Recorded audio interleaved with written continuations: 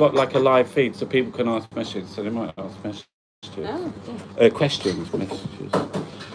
Right then, we're live here at Cole's Corner in Sheffield.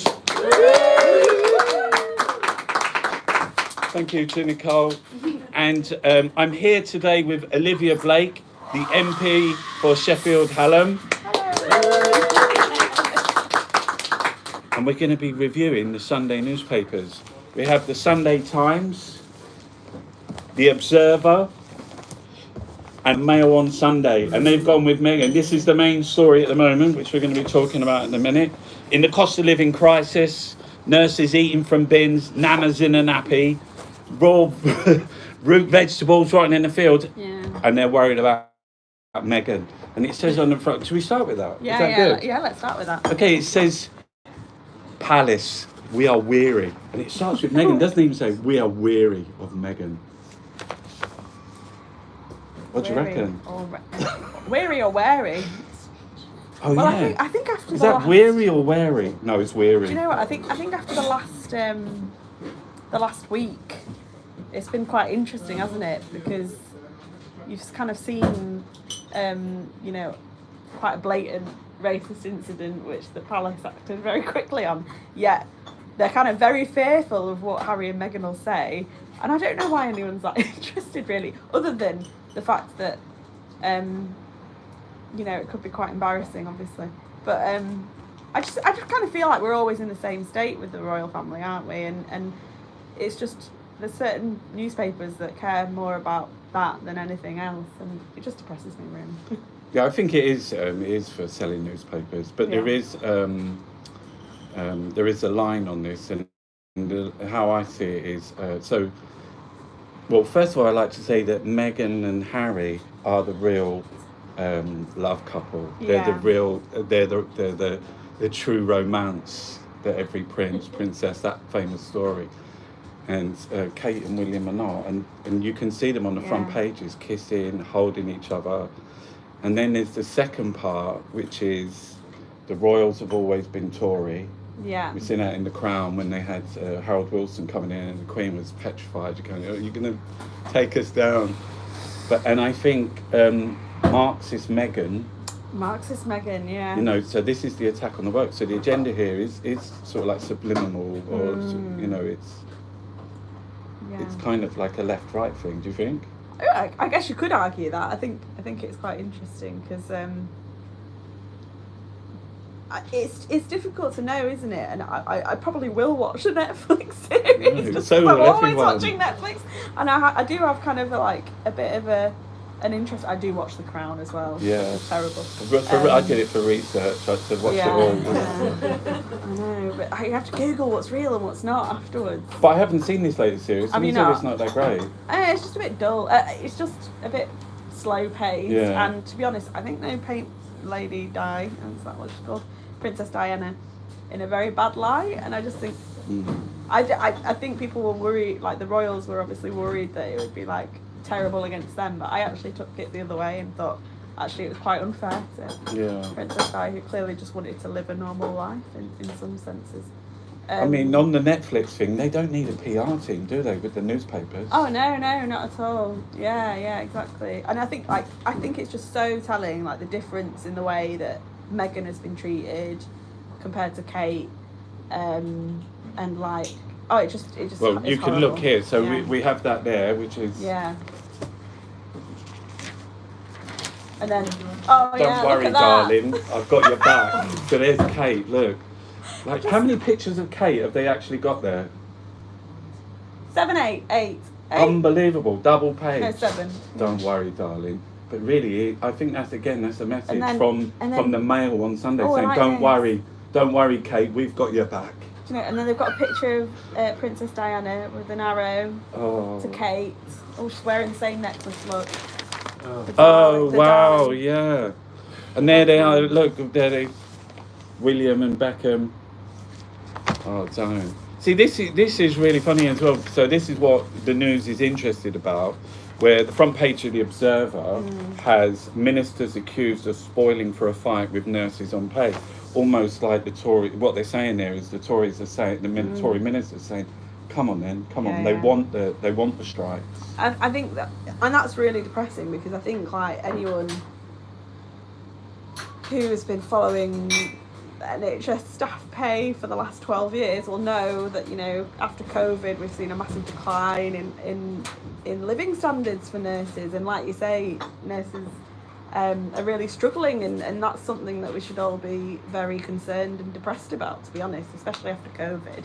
And they just want to turn people against nurses, and that they'll do anything to do that. And we've kind of seen that with GPs, and they've used similar tactics. So, you know, it's difficult to get a GP appointment at the moment. So all the narrative that's kind of sprung up is that it's all the GP's fault rather than the government's fault. I think that's really unfair, and they're going to try exactly the same thing. So now people are angry directly with their GP rather than seeing the bigger picture and the fact that it's been 12 years of austerity. I mean, nurses are really struggling. I mean, it's already a very vocational job. Yeah. You don't go in it to like, you know, make money in a way. Exactly. You're not going to get rich being a nurse. But I always say nurses eating from bins, and I've said it before. And the reason why I say nurses eating from bins was a couple of years ago. My dad died, and we was all there. He was taken in hospital on a Wednesday, lasted till the Sunday, but we all stayed in one little room, 18 of us sitting on the floor. But on the Saturday night, my brother's son, he'd ordered loads of pizzas. And the pizzas, we had the pizzas, and we had this little room which just had a kettle in, which is kind of like a nurse's room, nothing in it, just some chairs. And then we were taking turns going to eat. And when I went to go and get the pizza, the nurses were in there having the crusts that were left in the box. That, you know, like some of the little ones didn't eat all of the pizza, they just leave the crusts. Which is kind of like, I felt really sad. So I was going, I think we should order some more pizzas. I mean, it's just like, you know, what does it say when you've got nurses and teachers and other professions like paid for from the public purse going to food banks as well? I know. It just feels incredibly wrong. And we have a massive sort of like student nurses. So student nurses, one, they don't get the nurse's bursary anymore. They used to get paid. Now they're 3 years and they have to pay their student fees, which is 50 grand for 3 years. And they take up a bulk of the work. You know, they're the ones looking after our little ones, like with cut knees and holding, you know, someone alone who's dying. Well, one of the things I've been looking at is midwifery, because I'm quite interested in women's health and access to care and stuff. And we've got 800,000 vacancies in the NHS for nurses at the moment, and 8,000 of those are in midwifery. Yeah. I actually know someone who very recently tried to have a home birth, and there was no team to send out, and they were told to ring the hospital. And the hospital wasn't open to new patients because they were full as well. So it just shows you that this isn't just about pay, it's also about safety, and the fact that it's just been run down so much that people who work in the profession are leaving it because they don't feel safe at work, never mind the working conditions in terms of pay and things like that. It's just, I think for me, it just feels like everywhere you look, things are just a little bit broken at the moment. And I just feel like we're on a bit of a spiral of decline in so many areas. And it's and the Tories' response to it is just horrid. What's it going up? Is it 14%? Like the cost of living? Yeah, I think so. 14%, and I'm not sure how much they've offered them as a pay rise, but I did hear Rishi Sunak say nurses are what they're asking for is unaffordable. Almost like saying nurses are unaffordable. But then we've had this morning, before we were on air, Nadeem Zahawi, he was out doing the rounds, and he was on Sophie Ridge and Laura Kuenssberg, and he actually said, well, it was directly in Sophie Ridge bit, it was on nurses, and he said, well, nurses are playing into Putin's hands. What? That's grim, innit? What?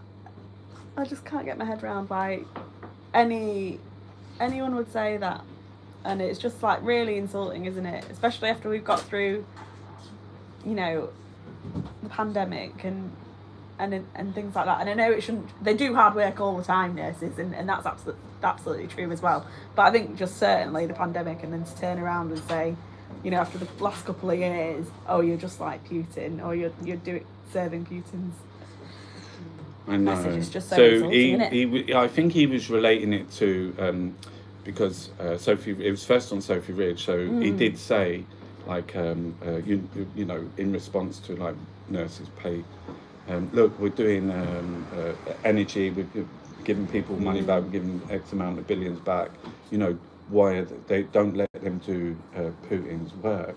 And Sophie Ridge, when nurses, and it says here, like this is Adam Baikonov, he said Nadim Zahawi tells nurses to send a very clear message to Mr. Putin by accepting another real terms pay cut. I mean, that's the same, you know, that's a proper war against, like the front page of the Observer, they want it, don't they? And it's interesting, isn't it? Because we always afford war, don't we? We can always afford to help, you know, and Ukraine, like absolutely right, you know, giving more aid and military aid to Ukraine, can always afford that. There's never an argument about affordability of that, is there? And I think, you know, this is the first line of defence for people in our communities, is having access to a good NHS, and it's just grim. But we can give this guy £5,000 to heat his horses stables, which he famously once claimed. Yeah, exactly. Well, yeah, it's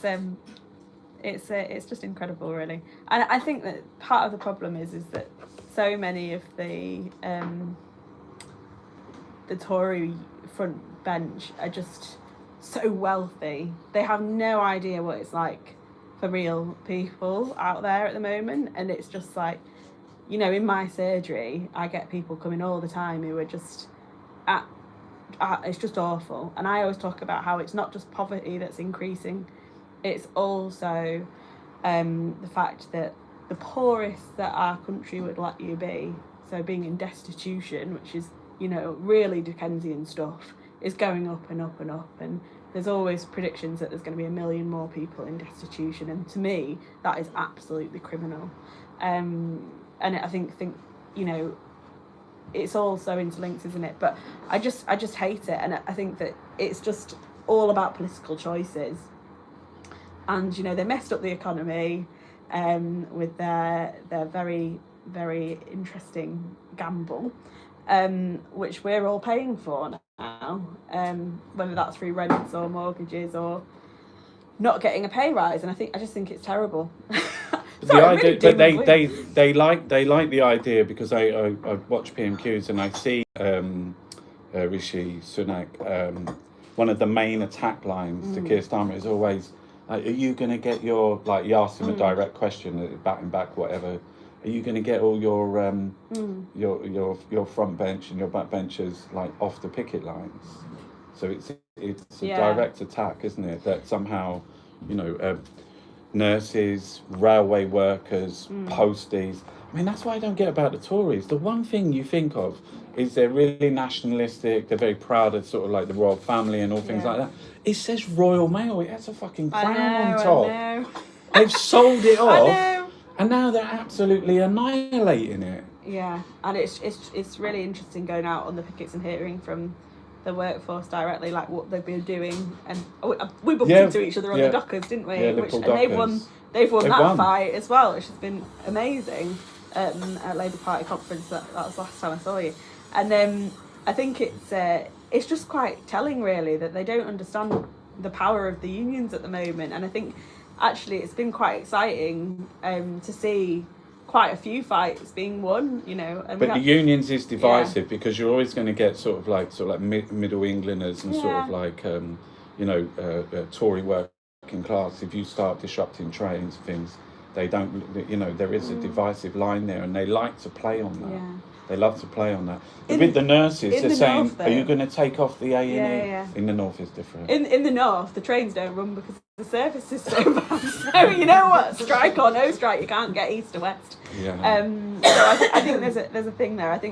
I personally think that the kind of general public's view of strikes and unions has changed quite a lot in the last couple of years, and I think that people don't think it's like really militant to be standing up and asking for more at the moment, because I think everyone's kind of feeling that squeeze. Because they're all, everyone's mothers, brothers, fathers, sisters standing on picket lines, aren't they? Everyone's thinking about it. Yeah, I mean, the barristers to the university professors. Exactly. I mean, it is quite tough times and everything, with rising fuel costs, everything going up, like rents, taxes going up, council tax, everything goes up, but your wages. Yeah. Everyone's got to think like, hang on a minute, this really isn't right. No, exactly. And I think they try to spin it, and they do try and make every strike Labour's strike. Yeah. So I get what Rishi Sunak is trying to do there, but I think he's not understanding the public mood, to be honest, in doing that. And I just think it's quite telling, because every time I'm at a picket line, you hear people tooting their horns going back in a way that probably we didn't used to have, actually. Like, I've been on a lot of picket lines over the years, and I think the public mood has shifted, to be honest. I think people get it, and I think that it's just also about what's necessary right now. And I think, without a general election, it's the only way people can show. Oh, so in the Observer, we do actually have, there's an article by Keir Starmer, I just picked up on it, which is Keir Starmer: we can build a fairer, greener future by fixing the broken political system to restore trust in politics, giving powers for towns, cities, regions and nations, placing power directly in your hands, all starting this week. How do you think Keir's doing? To be honest, it's like, we've obviously had quite a good week for the Labour Party with the Chester by-election. That was good. Highest ever result since I can't remember what the date was. It's like forever, basically. So I think they're quite buoyant. I like the fact he's talking about a green agenda now. I think that's really important. I think Ed Miliband's been incredibly good in that role, trying to pivot the Labour Party more to that area. I was in Ed teams till quite recently, and then I stepped back from the front bench. But so I think we're kind of ploughing the right way. I think that we need more meat on the bones, though, and more policies to convince people of what we're saying. So if this is the start of that, then I'll look at it with interest. But I reckon he's probably feeling pretty good about the world, but the proof is in the pudding, as they say. I think a lot of their tactics, responses to media. So when you say about policies, they're actually saying, well, we actually, how will you fund this? And there are most of the times I see Rachel Reeves or any other Labour MP, they always say, oh, God knows what we're going to be left with. We have no idea. How can we make an assessment now until we find out what actually, how much damage they've done? And things could potentially be quite tough. And it is that sense of damage at the moment, I think. But, I wrote an article for Labour List, if anyone wants to read it, in response to the budget and actually austerity 2.0 and whether or not it's necessary. So if anyone wants to read that and get my views on that, they can. But I think it's difficult, isn't it? And I think without knowing, you can't set policy. But I think we have to be ambitious for people within the next election and make sure that we're saying that we want a livable planet, which is exactly what the green agenda that Keir's talking about is about. But also that we're trying to raise people's living standards, because that is what's been in decline for such a long time now. And I think that I can see the debate about the peers and whether that should be our political focus. But they were saying, it says here, Starmer warned by Labour peers not to squander political capital on launch reform. I guess it's like I kind of get that in a sense, because it's not something that comes up on the doorstep, I guess, and there's so much other things that are wrong.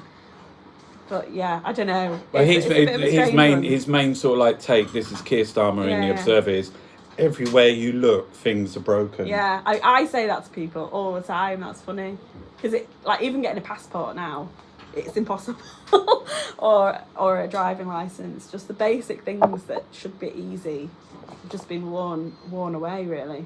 But do you think that's is that feasible going into a general election? When's the general election? It's not this January, it's the next January. So it has to be before then. So January 2024. So because it was December 19th. So we've basically got a year. Yeah. So about 18 months, I think. 18 months, is it? Is that right? I can't figure it out. No, I think it's a year.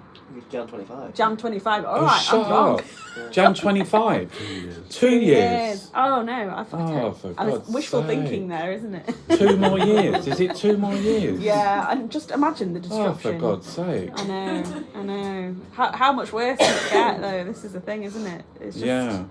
But they must be planning now. So we're only in midterm then. This is midterm. You know what? Just over The midterm. 12th of December, I will have been elected 3 years. Okay, So yeah. it's How have you found it? well, 10 weeks in, I got COVID. Oh, So I think it kind of has turned the world upside down, really. That and certainly being an MP and going down on empty trains and trying to set up an office when nothing was open and all that was kind of an interesting time. And people's need just went through the roof. Like our casework went up like overnight, tripled. And I think just since then, that's why I feel like everything is broken at the moment, because even after I've been expecting it to kind of cool off a bit in terms of what people are struggling with, but it's just getting worse and worse and worse. what was your majority? Very narrow, so 712. Oh my God, yeah, shut up. 712. Yeah, exactly. I'm coming, when it comes, I'm coming back out our campaign Yeah, for you. oh, thank you. 700. You're going yeah. to need some help there, aren't you? Yeah, we'll be all right, I reckon. It was a Lib Dem Labour marginal, Oh. and I think now I'm in. I'll hopefully convince them. Fantastic. Liberal So parts. what's the main issues in Sheffield Hallam then? I mean, it's a wide range, and some of the papers kind of relate to a lot of it. I get a lot on. So it's kind of a weird seat, Hallam, because it's changed a lot in the last 10 years. So it's traditionally like the most affluent area of South Yorkshire. But a lot of the housing has become like private sector housing now, especially around like Ecclesall and things like that, quite near here really. And so there's a younger generation now in the seat that there were, and I'd be interested to look at the census data, to be honest. And so people's issues have changed, and I've been campaigning in Hallam for over a decade, and certainly it's a different seat now. So I think people are very, very conscious of the world. I get so many people getting in touch with their ideas, which is brilliant. And then they've got a lot of professors and things like that, people who know a lot about stuff, which is great, and they like to come and tell me about it. But it's got pockets. Is the trees one of your the trees was an issue, that's kind of settled and gone away as an issue now. But environmental issues, to be honest, the biggest one is peatland burning, because I actually represent whole swathes of the Peak National Park now in the sea. So peatland burning for grouse shooting, which is completely ridiculous, and it pollutes like. Shut up, they're still doing that? Oh yeah. It's a big business, and it's on the decline, but That's mad, isn't it? yeah, but it causes a lot of air pollution in our patch and things like that. People are very upset about it, and I actually got the government forced the government to bring forward a ban. So they burn it. Yeah. So so what they do is they have these grouse and they feed them up, and then they bring them out in baskets. No. And so, just throw them into so there's nowhere for them to hide. They're a natural occurring bird, essentially. Oh. So they're not like farmed. So Okay. what they do is they burn the natural environment, which isn't a natural environment, to encourage heather to grow, because they feed on the buds of the heather. And there's I'm a hen harrier champion as well. I'm really into nature. I've got a biology degree, biomedical science degree, and I've always been interested in nature. Where did you go uni? Sheffield. So yeah, I'm actually from Leeds originally. Don't tell anyone. So I came here for uni and stuck around. But so I'm a hen harrier champion. And the other thing that happens on these estates is that I went out and tagged a bird. Put a little rucksack on it with a radio on it. Wow. It was so cool. I didn't actually do it. I just witnessed it. Yeah. Because you have to be really trained and hold license for it. And they just go missing over these grouse moors, and they get killed and persecuted basically because The hen harriers. They eat Isn't the hens, obviously. Isn't that what grouse. William's been accused of as well in the past? Was Oh, it William? really? Is it the Royals? Were they into Possibly. that? Or was that eating the other birds? Don't know. Anyway, there's lots of stuff going Yeah. on, but it's very nasty. And I've got some interest from both sides on that. But yeah, it's a great place. But because it's in Sheffield, we also have pockets of areas which are struggling, and we've got. I think people don't really recognise that and see that. But we've got whole estates where people are on really difficult circumstances. To be honest. I've come past the Park Hill estate. Is that in your one? No, Park Hill's in Central. Oh, so yeah. basically, my kind of area is like that way, and Yeah. it goes all the way from like Dore and Totley Yeah. all the way to Stannington, which used to be in Hillsborough, but yeah, it's mine now. Yeah, I thought I came past there yesterday. I took a picture of it. It's an extraordinary building. Yeah, And it's like it's got iconic. This, yeah, and it's got this brick, but it looks like a mondurane. You know, like all the little painted squares and that. And there's some famous graffiti on there as well, which come down when the bridge come off. Yeah. So I was asking Ian whether he's going to take me to have a look at it later. It's where someone wrote, I love you, will you marry me? Yeah. But the bridge had to come down for some reason, but they put it back up and resprayed. Yeah. These might be up in lights. Right, let's get on. Anyway, Okay, so we're on the front page of the Daily Mail today. Matt Hancock, I mean, confessing affair with my wife. But this guy here, I mean, would you go in the jungle? No. No. Might go on Strictly. You could dancer. But I just like the dress. Anyway, yeah, I like a bit of sparkle. I'm like a magpie. I can't help it. Yeah, so, this is, it's kind of like the rehabilitation of this guy, isn't it? So he was on there, I don't know whether, did anyone see I'm a Celebrity? All hooked. Everyone hooked. Text me away. Every episode, yeah. Bush took a child or whatever. Yeah. I know, I did watch a couple for research, and it was like I have to, because it's like, all, you know, sort of cultural references. Yeah. But it's like extraordinary. There was this guy on there from Hollyoaks, I've forgotten his name now. What's it? Owen. Did you see those things he was eating? Oh my God. They were like massive grubs. They were like, it was a whole penis at one point, wasn't it? And he just like didn't bat an eyelid, and he went, he was saying some really mad, it was terrible. Yeah. Who invents that? That's like Sunday night. So, yeah, I mean, let's get off this one actually. Let's go to the Sunday Times. Yeah. So, Sunday Times, you know what Sunday Times is? Oh, I know. Tim Shipman Day. Do you know Tim Shipman? Yeah. He's like the lead guy. He's always... and also Caroline Wheeler. Let's see who it is. No, it's just Tim Shipman today. It says, panicking Tories plan tough new laws on asylum. This is dreadful. And do you know what? I've got a PMQ a couple of weeks ago, or maybe 2 weeks ago now, and I asked about the 27, but we say 32, migrants who lost their lives in the... They're not migrants, people who lost their lives in the Channel because their boat went down, and the French and British authorities were kind of arguing over whose responsibility it was, and they were found the next day in the day, and only 2 of them survived that ordeal. Horrific, isn't it? And then the same day that I asked that question, the Home Secretary couldn't name a safe and legal route for like a minor from an African country. That was what the Tory MP who was on the select committee asked. Because I saw that. And it was quite a moment. So their solution to this in this article is just to make it completely illegal if you get here to claim asylum, if you get here by a irregular route, which is what you call it. But they call them illegal routes. But given there's no safe and legal routes, that's why people make these journeys.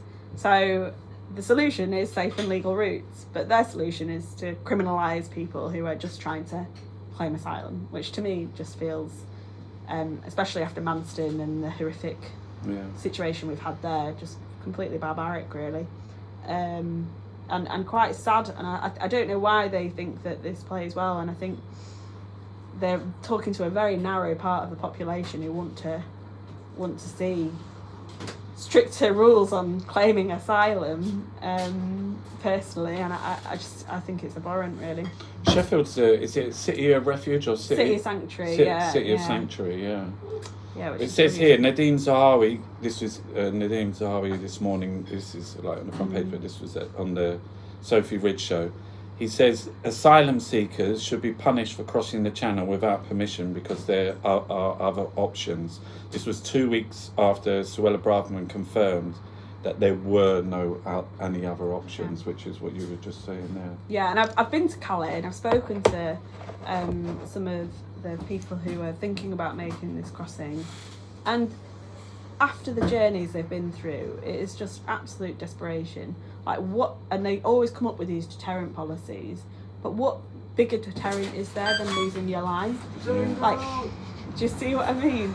And I think that, you know, just like what could be a bigger deterrent than losing your life? And a lot of the people I spoke to, you know, they had English as their second language, or they had family that they were trying to get to. Some of them were very young, and just trying to reach aunts and uncles and brothers and sisters and people in the UK. So I just think that, you know, it's just completely, it feels like a dystopian movie, like Children of Men or something like that. It's just awful. And the way, I don't get why we want to treat people as if they're a problem when actually they're completely within their rights, and that's exactly why they want to pull us out of the European right laws. Take away our rights. But, you know, if we don't have those rights, why would anyone offer those to us if we ever need them? So I think I went over there as well. I went to like a few different camps, but I went with a group from Oxford, and we went there and I was interviewing the people that were going there to help, and not people that were there. But I went to an Eritrean camp really late at night, and they're all sitting around the fire, and I found out. So lots of the people that are there have no, France or the UK doesn't have any reciprocal arrangements. So it's like Eritrea, where there was a war on conscripts. So the mums and dads send their sons off at 13 because otherwise they're going to go into a really brutal army, and it's really horrible. And there were all these young guys. Went to an Afghan camp, which was by the hospital. It's called the Afghan Hospital, which is in a dead zone. So it's beneath like a motorway, and it's just a patch of grass, and they camp there. But we were bringing different sort of like foods and things like that in vans. And I went to a Kurdish camp, and the Kurdish camp was so full up. There was hundreds and hundreds of people there, but they were like being pushed further and further into the forest. So basically, the French authorities don't want them to set up any kind of permanent camp, because then aid like comes, jungle. they have libraries, they have sort of like food centres, so they don't want that. So what they do every week is they'll let it go for a week and then just come in and rough it all up, take sleeping bags, take tents away. And the Kurdish people there, they're proper families, do you know what I mean? Mums, dads, kids, little ones, teenagers. And it's like they're all being displaced from sort of like Syria and Iran, Iraq, you know, persecuted people being driven. And I was speaking to people there that had been taken from, so they was had to go and sign on at a police station in London, got flown to Glasgow and sent back to Hungary, and then made his way back to France and saying, I need to go home because my wife and my kids and all my family's there. And it's just like, you know, they have no place to go. Because that's extraordinary. The border at Calais is just like the biggest wire fence and another wire fence and another. So triple fences all the way out from the railway that we've built. And it's just, it's incredible up there, isn't it, the security? I mean, I recently went to North Africa to represent the Public Accounts Committee over there. And flying out of North Africa, there was extra border officials at the gate doing extra checks. It just feels like, you know, we just want to keep everyone out. The reason being, if you get here and you've got a legitimate claim to asylum, that's it, isn't it?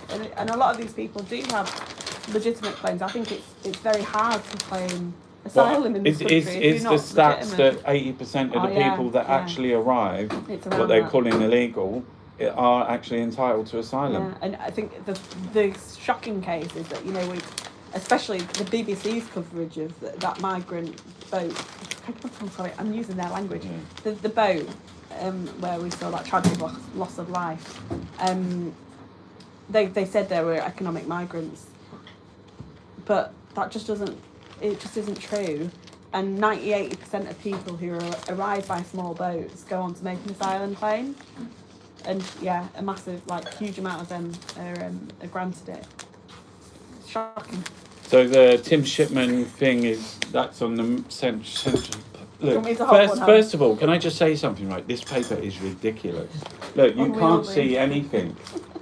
You cannot see anything at all. It's so big. Hancock on trial. So this is the big spread today, and then we've got Suella Braverman Tories panicking over clean up of it, because actually I saw Keir Starmer pushing it back and saying that it's your mess, you've created this. But it's actually, isn't it like the whole thing about Brexit was, you know, that. Yeah. So it's actually the opposite, and Partygate a bit there as well, Yeah. which is the anniversary of a year ago today. Are you joking? Is it a year ago today? Boris Johnson. When did Boris Johnson resign? This year. Recently. It was only August recently, Oh, wasn't it? fuck's sake. It seems like forever. I know. Because, I mean, I painted Rishi Sunak as a donkey, right? So the idea, like the Liz Truss, that was this year. Yeah. So Boris Johnson, Liz Truss, very knowable that they are absolute idiots, do you know what I mean? And their sort of like demeanour and sort of like performances, very performative people. But Rishi Sunak, I think, is a donkey. I think he's really dangerous because on lots of the polls he comes across as being really good with the economy and things like that. But he's there saying at PMQs this week that Brexit is a good thing. And all the economists saying it's wiped 100 billion off, do you know what I mean, so far. You know, how's that feasible? That he still gets, is it his clothes? Is it, what is it? I don't know. I think he's like a bit more likeable. Do you know what? I think people liked, and I hate this because it winds me up because it is a show. I think people liked Boris Johnson because they thought he was a joker. Yeah. But I wonder if people like Rishi instinctively just because he seems like quite a polite man. Do you know what I mean? And it's like he just scrubs up quite well, I guess. But I don't know. I don't get it because like when you actually listen to what they're saying, it's the same stuff, if not worse, at the moment. So Brexit is a disaster. Yeah. Are you? Oh yeah, clear no, on it? I was yeah. So Brexit's an absolute disaster. Yeah, absolute disaster. What is going to change? For instance, in Keir Starmer to actually turn around and say, I don't know. I think they're probably on different sides of the argument on this. I think that the Labour Party line in general is to make Brexit work. what is that? I don't know, and So to make I know Brexit I'm on my work, own in this. so we have no trade with Germany, Yeah. Spain, Italy, France, Yeah. these are major nations.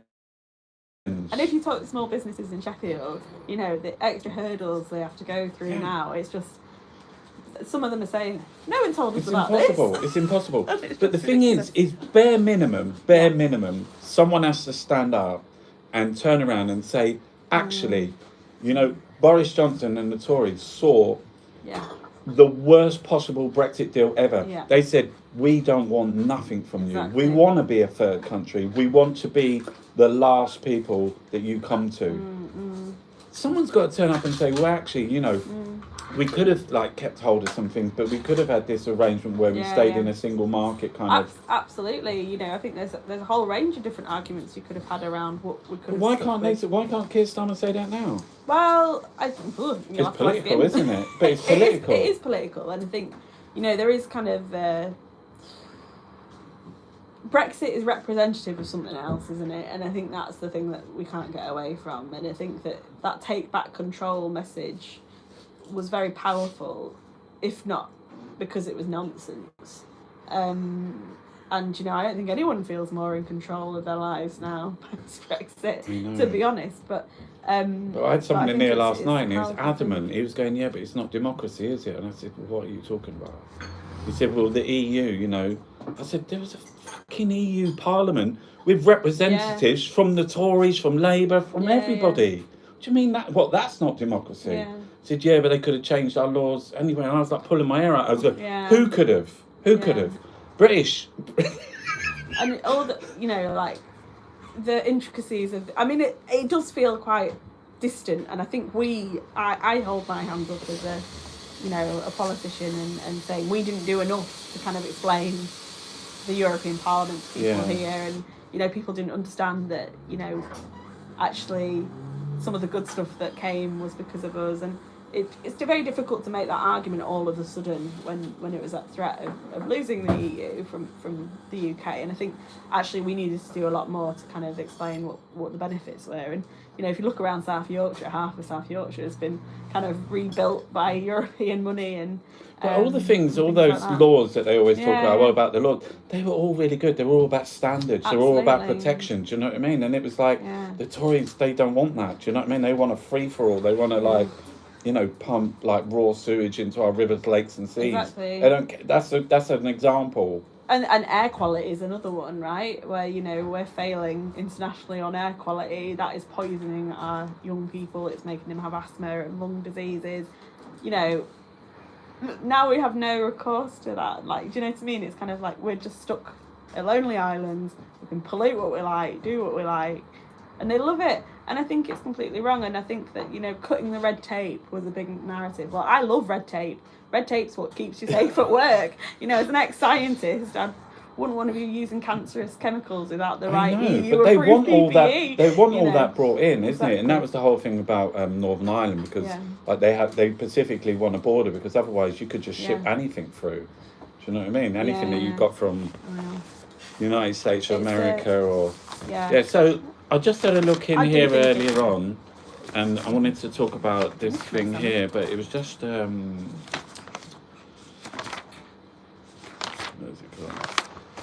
Ukraine's warrior no, I saw librarians. And so one of my friends has just got a job to be a librarian, and she's so happy. Yeah. I swear to God, she was a teacher. She'd been teaching, but she went for a job to take over the library, Polish. She said, "Oh my God, this is incredible."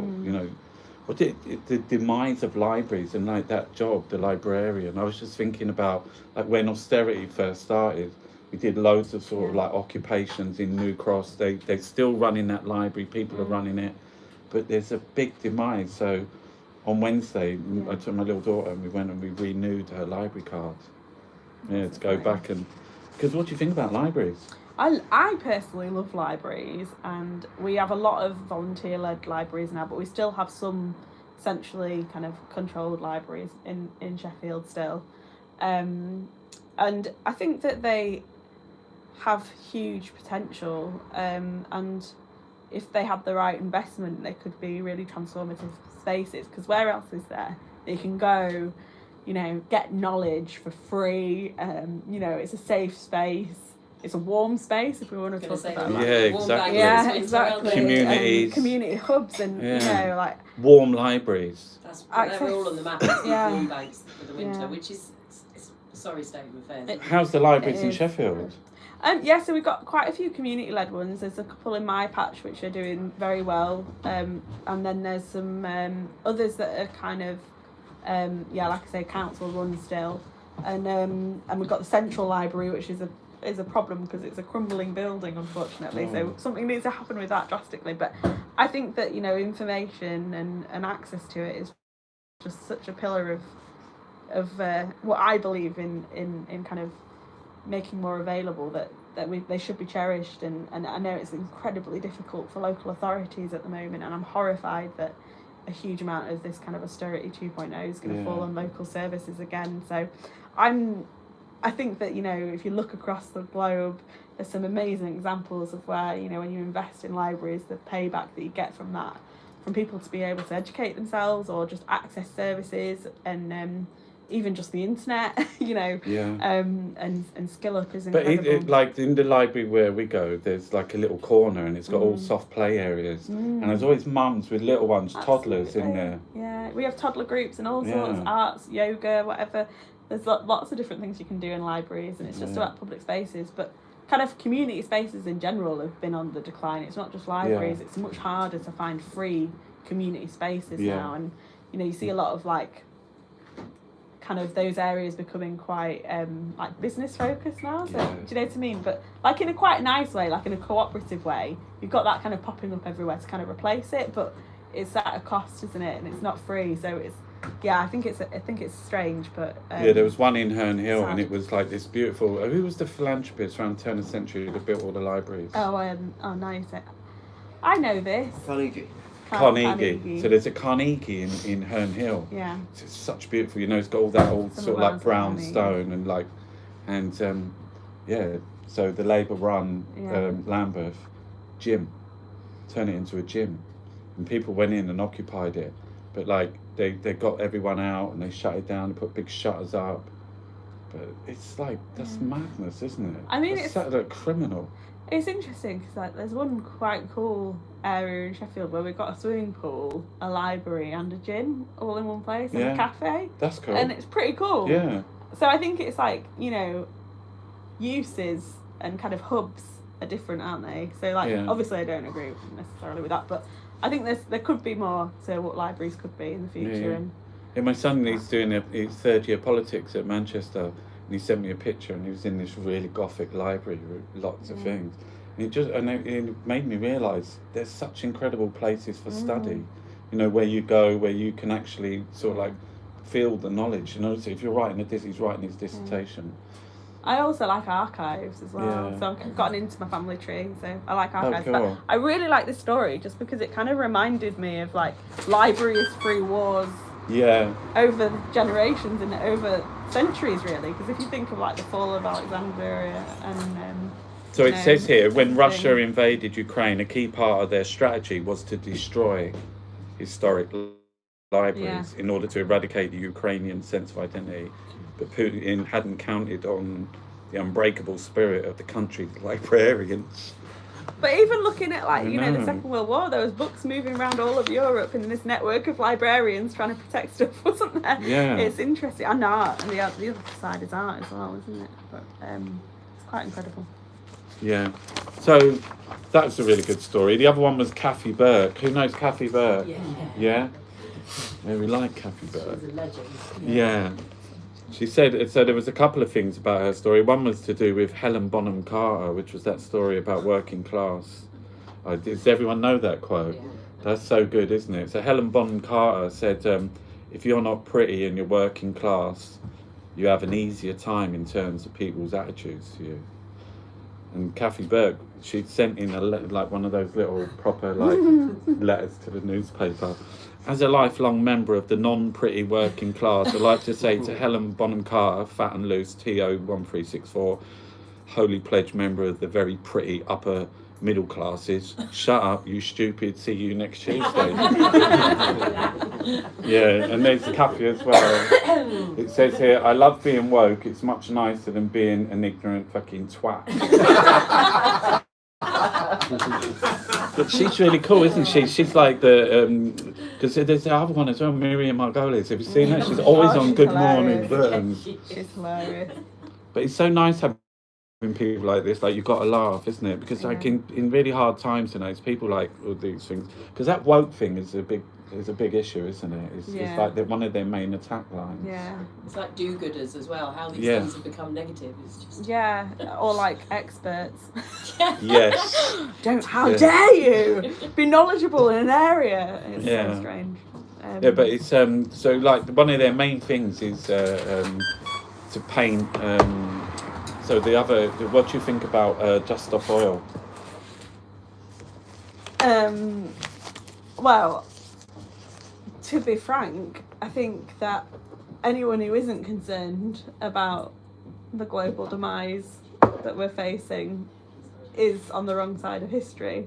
So I get like some people are not happy with the tactics of Just Stop Oil, but at the same time, who's going to wake up and listen? And COP27 was a missed opportunity again for us to take global action to stop what we need to see. So, I think that whilst I obviously can't advocate for anyone to break the law or anything like that, I think that, I am not surprised that these groups exist and that they're wanting to. I mean, they're extraordinary. I saw Wanting one to guy, and change the they world. said he was framed as a pensioner, an ex-bouncer. He was a big guy, and he had this massive backpack. It was almost like he was like graffitiing, and he was just spraying Orange. the Bank of England orange. It was extraordinary, the whole building, and it was so casual. I just wanted to hear some very light, kind of wispy music to go with it as he was doing it. And then there was the other one where they took the can of soup Yeah. and threw it at the Van Gogh. Yeah. As an artist, I just went, oh my God, that is so fucking brilliant. I loved it so much. I kind of went, ah, and then I was like, There's It's like covered in glass. when you watch it and they throw it, they're obviously like filming, so there's someone in the room, well, there's a few people in the room, but all you hear is Yeah. and then some bloke, it was like it was the first time he had ever said the words. He went, security! And the girl, I think her name was Phoebe, she was just standing there, like, just telling everybody, do you know what I mean? What do you want? Do you know what I mean? We're fucked. Yeah, it's hard to get that message across without direct action, though, isn't it? Or not? Well, I guess it's like, who's going to start listening is the problem, isn't it? And you know, I think that movements throughout history, whether it's the suffragettes or anything, you know, Nelson Mandela, you know, people have taken direct action as a form. I'm very, very worried about the criminalisation of peaceful protest, though, and that's what we've been seeing through the government that we have at the moment. You know, the offence of locking on. You know, I always use the example of, you know, in Parliament we have protests outside all the time. Yeah. My staff cycles to work every day. If she's just carrying a bike lock, it's now an offence if someone stops her and accuses her of trying to lock on.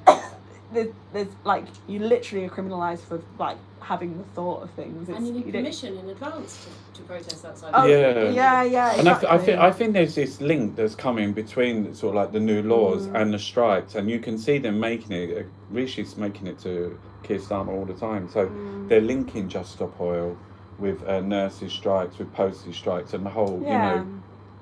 And obviously Just Stop Oil is a more radical end of protest, but you know, people protesting libraries could be criminalised now under the new laws that are coming in. You know, just having the whole noise nuisance one, I think, is just about that one guy who has a loudspeaker outside Parliament and just plays ABBA all day, which is fantastic. Steve Bray. Yeah, exactly. You know, he plays all sorts of music and annoys people, and stop Brexit. I remember, like, I did when they done the Extinction Rebellion, they took over Waterloo Bridge, and they put a truck across across the road, and then they started bringing in trees, and I was up there filming, and I crawled underneath the truck and locked on, so they had two pieces of plastic, both arms in, so the lock was inside the plastic, so the police couldn't get it over the chassis of the truck that they'd driven onto the thing, and they pulled back the thing, and as I was talking to them, the lady on the left was like 89 and the girl on the right was like 17, and they'd never met each other before, and above me or above us was a string quartet playing fucking Vivaldi. Do you know what I mean? Just like, it was an extraordinary scene. I was just thinking, this is unbelievable. You know, but they're very innovative. I really like their performative kind of thing, but they are mocked. You know, and this is like, you know, when we were talking earlier about the way that the Tory right, they push that on now. So what they're saying is, you're stopping workers getting to work. You're shutting down the M25. I mean, it gets gridlocked, the M25. No one can move.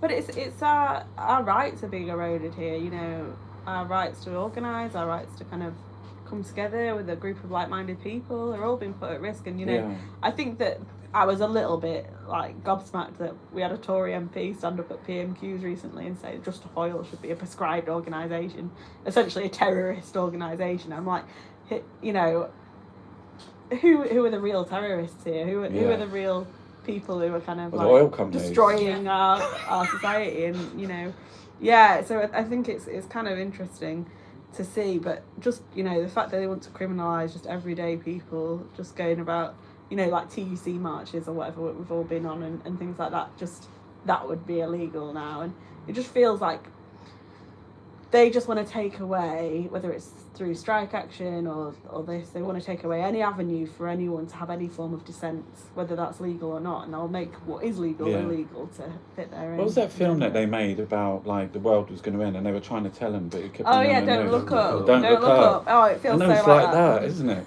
But you know in that period, you know when Emma Thompson had put the boat there, well they had a big encampment in Trafalgar Square, and I don't know whether it wasn't spontaneous, but there was a big group of Earth Mothers, all women, and they're all dressed up, and they came up. I want to say there was about 100 of them, and they were doing this very sort of like ritualistic, tribal kind of like thing, and singing and dancing come out. But it got like something like 17 million views on Twitter. But it framed as, look at these fucking lunatics. Do you know what I mean? Because performance has its own language. Do you know what I mean? It's very difficult for people to understand, but they were just doing very wild dancing and being really beautiful, you know, and talking about the earth and everything. But yeah, people don't get that. Why is that?